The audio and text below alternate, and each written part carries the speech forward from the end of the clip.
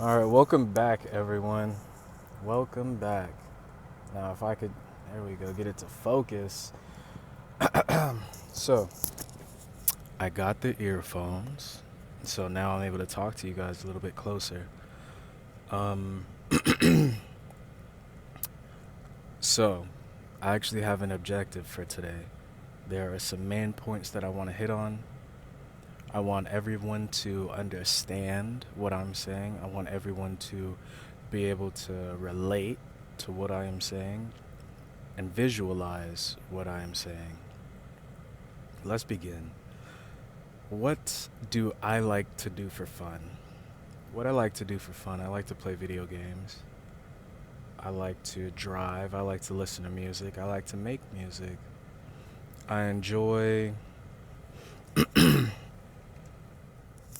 I enjoy making beats, whether that is, or producing beats, whether that is beatboxing or actually making a beat with electronic tools or electronic instruments, which I find very fascinating.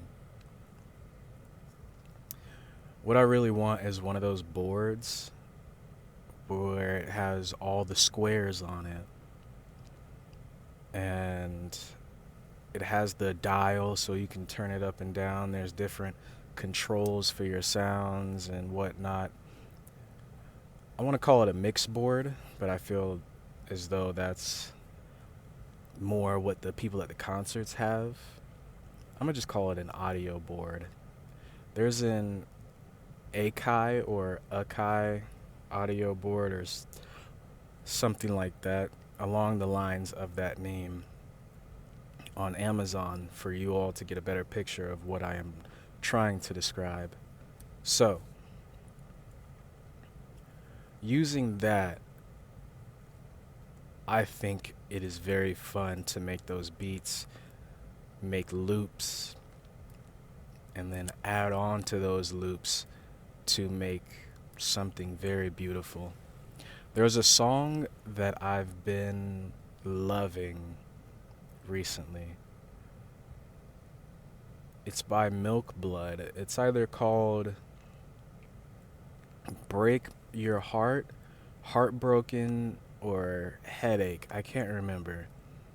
But the sounds on it, it sounds so ethereal. I'm trying to figure out what they could even use to produce those sounds.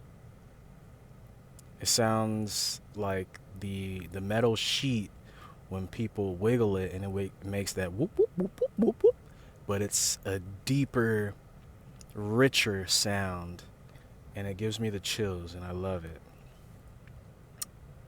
But yeah, I love to play games. I love to make music, and I like talking and making jokes.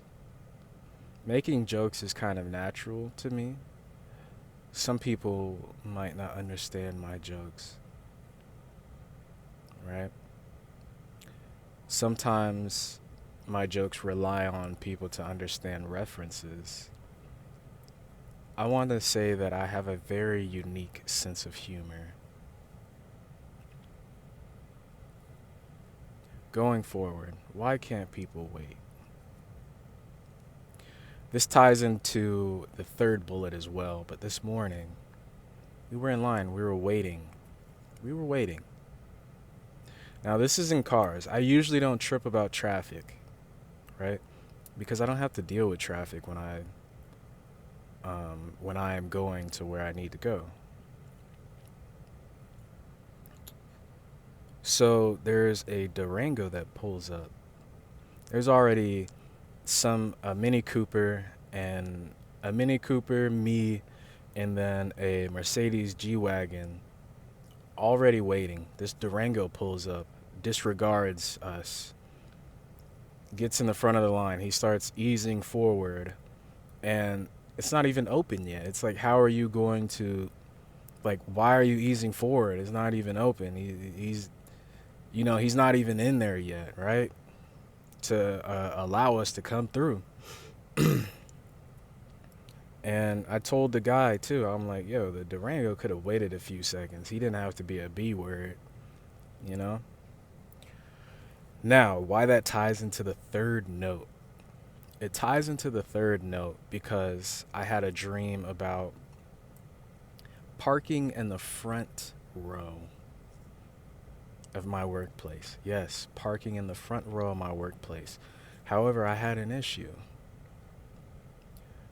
The issue was the spot was very tight. It was very hard to get into.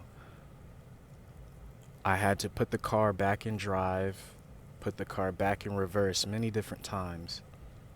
Several times, I should say, before I could finally fit into that spot. And even though I fit into that spot, it was such a tiny or such a tight fit that when I opened the door, I had to be careful. Why does this matter?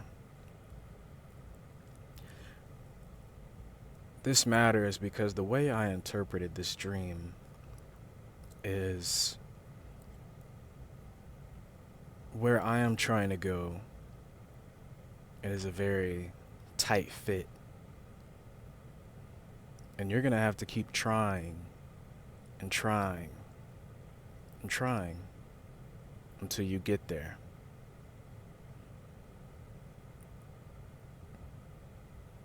You can start parking one way.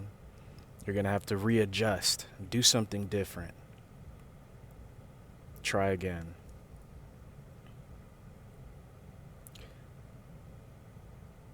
Readjust, do something different. Try again. Readjust, do something different. Try again. Readjust, do something different. Try again. It's easier said than done, but I've been asking God to help me with one of the issues that I have. This issue takes over my life, man, and it sucks. It really does because it gets in the way of everything. It gets in the way of work. It gets in the way of how I interact with people. It gets in the way of getting things done. It even gets in the way of eating. So no, this is not something fun. This is something serious. And having dealt with it for quite a while, it seems as though I've been trying so many things, but nothing seems to work. I'll fill you guys in on something. I take medications to regulate my mood. I'm on antidepressants. The psychiatrist says, hey, let's start you off with this. But I'll let you know that the first one is not always going to be your number one. It's not always going to be the right one the first time.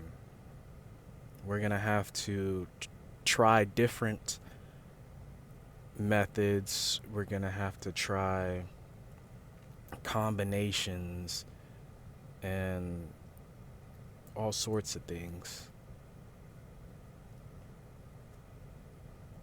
But you will get there. Now, I kind of feel like a coward for being on these mood regulators. That's what I like to call them. I don't feel authentic. I feel as though something is blocking me. Something is blocking how I feel. Something is blocking what I am supposed to feel. I feel as though there are things I'm supposed to worry about, things I'm supposed to get upset about, things I'm supposed to be sad about. And it kind of numbs my reactions. It kind of numbs me. to the point where it affects relationships. As much as I want to be there for people and feel for them and be empathetic, yes, empathetic, I'm kind of numb. Now, moving to somewhat of the last note, and I don't like being in this order, right? I don't like having an order. I like being spontaneous. I don't like planning things because when the plan goes wrong, then you gotta move to plan B. If plan B goes wrong, boom, you gotta move to plan C. Yeah, it's nicer to have plans. It's nicer to have a backup. I just feel as though I work better under stress. I get into a mode where I want to go to work really bad. I stay at work. I lock in and get work done that needs to get done.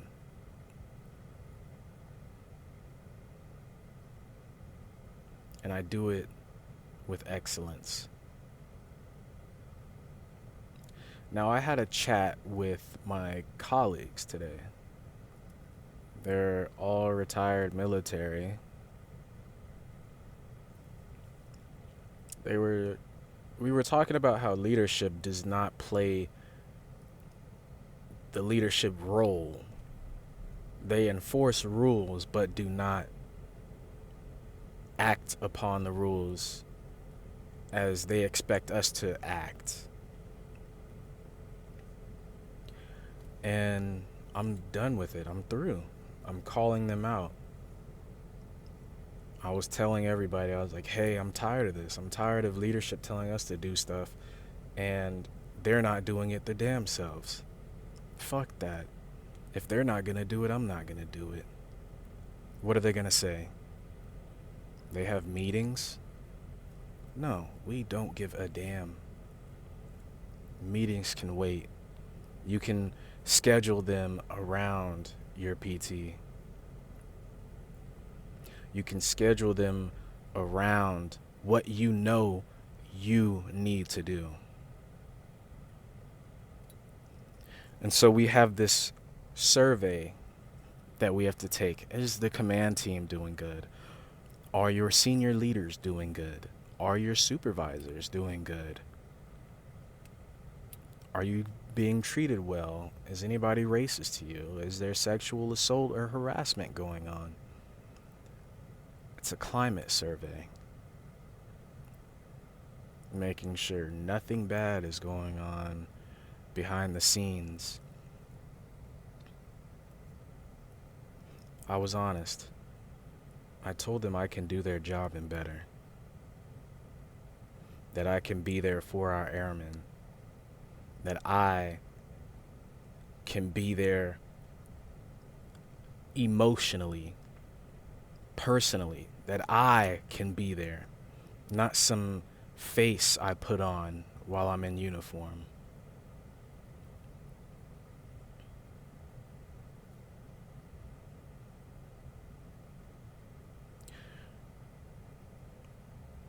We talked about leaders being dirty, playing the military game, kissing ass. We said, hey, if you're not going to play that game, you might want to look towards getting out.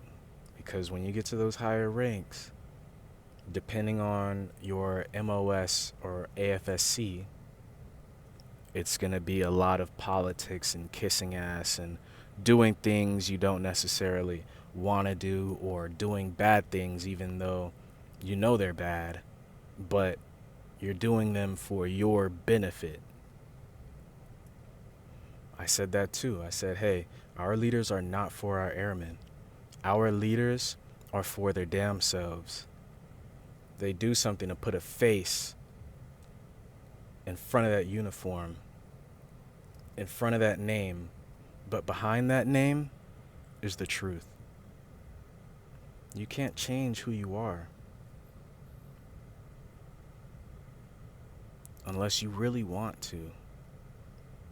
You can't act like you are someone different while you are actively. You guys get what I'm saying, right? They're not authentic, is what I'm trying to get at.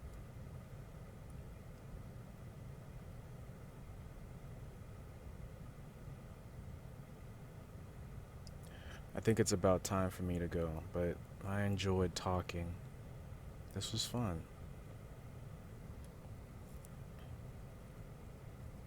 I do mean it. I can do their job and better. I also want to thank God again. I remembered I'm going to stay because I'm going to stay for a little bit longer because God is number one to me. I've been asking for some things. I've been saying and stating that I deserve some things or that I feel as though I've worked a good amount to get these things. And these things are coming. I'm scared because I think, oh no, something bad is going to happen. Or maybe I'm getting these things out of bad faith. I don't know if it's God or the devil giving me these things. Right? My discernment is not that good. Yeah, I'm a believer. I have faith in God. But am I the smartest of the bunch? Am I the sharpest of the nails? I don't know. My discernment is not that good. And it's something I have to work on. But today was a good day because I feel as though I'm building relationships with my colleagues. I feel as though my work is getting recognized. I feel a change in the office. Things are getting good, but are things getting too good? There's a question that goes around. Do you feel as though when things get really good, that something bad is then gonna happen? Why do people think that way? Was the question. Maneuver. Change.